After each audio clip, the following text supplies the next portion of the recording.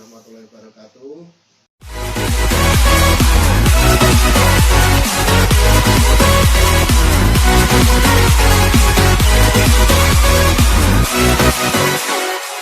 Bisnis retail ini karena melayani konsumen langsung, perubahannya sangat cepat. Sebagai contoh, dengan adanya pandemi COVID ini, yang lebih dulu merasakan memang di retail karena sudah jelas konsumen menurun, ya, jumlah kunjungannya terutama menurun. Ya.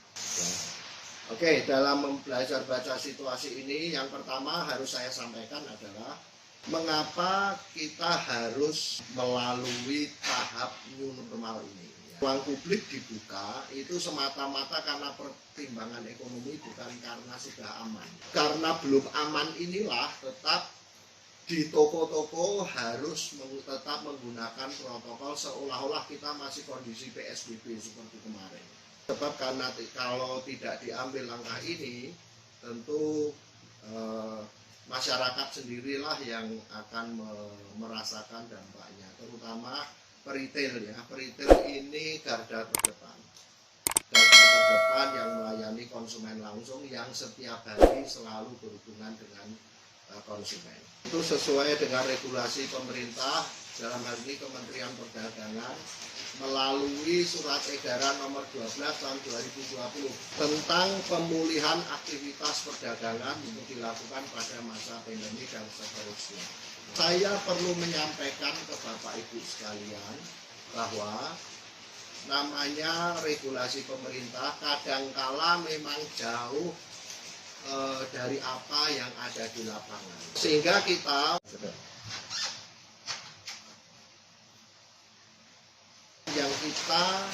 harus siasati di lapangan seperti apa. Itu intinya dari protokol kesehatan ya. Protokol kesehatan dan implementasi di toko seperti apa. Aturan pertama adalah sirkulasi kunjungan konsumen maksimal 40% dari kondisi normal. Saya bisa katakan, kalau sirkulasi kunjungan konsumen atau kalau kita di retail dikenal dengan istilah STD atau Stroke Transaction Day, jika ini turun benar diminta betul untuk maksimal di angka 40% dari kondisi normal, bisa saya katakan pasti banyak toko yang gulung tikar. Maksudnya apa dari anjuran ini? Kunjungan konsumen ke toko 40%, artinya yang lain yang 60% kita diminta untuk pesan antar. Rata-rata peritel di bawah ini tidak punya kemampuan untuk melakukan pesan antar, apalagi sampai mayoritas omset pesan antar. Sesi kedua minggu depan akan lebih kita detailkan karena kita akan masuk pada aplikasi di sana.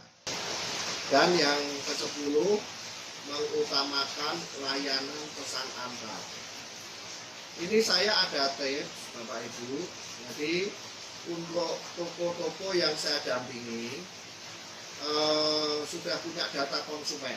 Data ini lebih baik kita miliki agar loyalty customer atau istilah kami loyalty strike ya, untuk mendorong loyalitas pelanggan. Loyalitas pelanggan itu hanya bisa didorong kalau kita sering mengunjungi mereka. Kalau nggak mengunjungi secara tatap muka, tentunya mengunjunginya dengan melalui sapaan-sapaan di WA atau leaflet flyer yang bisa disebarkan. Selanjutnya tentang perubahan perilaku konsumen. Adanya pembatasan jam buka toko dan mobilitas orang, terutama waktu belum sampai diterapkan PSBB itu beberapa daerah telah menerapkan KLB, keadaan luar biasa, sehingga orang-orang yang dari luar memang agak disoroti, dan kita pun yang pergi khawatir pulang nanti di karantina. Jadi jam buka toko dan mobilitas orang dibatasi. Yang kedua, perilaku konsumen ini menghindari kerumunan. Yang ketiga, self time atau family time di rumah. mengakibatkan orang-orang ini agak bosan. Yang keempat, malas gerak, mager, sehingga pegang HP dan internetan. Situs-situs belanja online itu diras sekarang. Ya kayaknya Bapak Ibu juga harus mulai lebih rajin, lebih sering untuk kirim-kirim ya foto produk, WA dan sebagainya, itu dikirimkan ke para pelanggannya. Yang terakhir ada pilihan barang higienis yang food grade dan packing yang baik. Kondisi aktual ya di toko. Ini saya berdasarkan data lapangan Bapak Ibu. Dari data lapangan, penurunan kunjungan konsumen belum besar sebenarnya, sekitar 8-10%. Namun ini juga agak bahaya karena dibarengi juga dengan penurunan rata-rata belanja konsumen antara 7-11%. Artinya apa? Impulse buying menurun. Karena apa? Karena orang agak takut ya, agak khawatir kalau berlama-lama di toko. Nah, kombinasi antara penurunan kunjungan konsumen dan penurunan rata-rata belanja ini mengakibatkan omset toko rata-rata turun antara 15-20.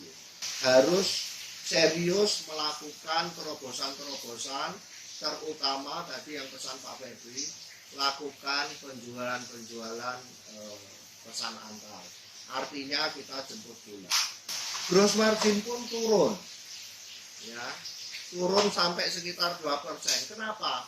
Karena kondisi ya COVID ini, kita gencar promo walaupun konsumennya sedikit, dan adanya perubahan tingkat kunjungan konsumen. Sekarang mereka fokus pada sembako, sementara sembako itu yang marginnya rendah. Nah, karena tidak ada impulse buying, biasanya yang margin tinggi itu kan barang-barang yang sifatnya impulse buying. Nah, namun yang harus Bapak Ibu cermati barang-barang yang sifatnya seasonal. Misal ada yang jual kurma, segera dicuci gudang, sudah nggak bakal laku itu.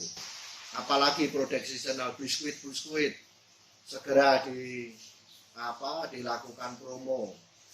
Ya kalau ingin cepat laku ya promonya seperti buy one get one free atau apa.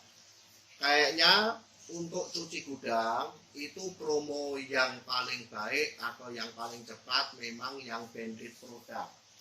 Ya, beli 2 dapat 3, ya, atau beli 1 gratis 3 juga boleh. Ya.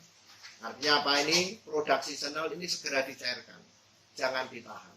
Ya. Walaupun ya ada produk-produk seasonal yang masa kadaluarsanya masih 2021, namun tetap saja kalau dia nggak keluar akan jadi beban stok kita. Ya. Segera Bapak Ibu periksa, lakukan stok opnam, lihat produk-produk seasonal segera dicairkan, kalau perlu dengan diskon-diskon khusus. Seperti itu. Yeah.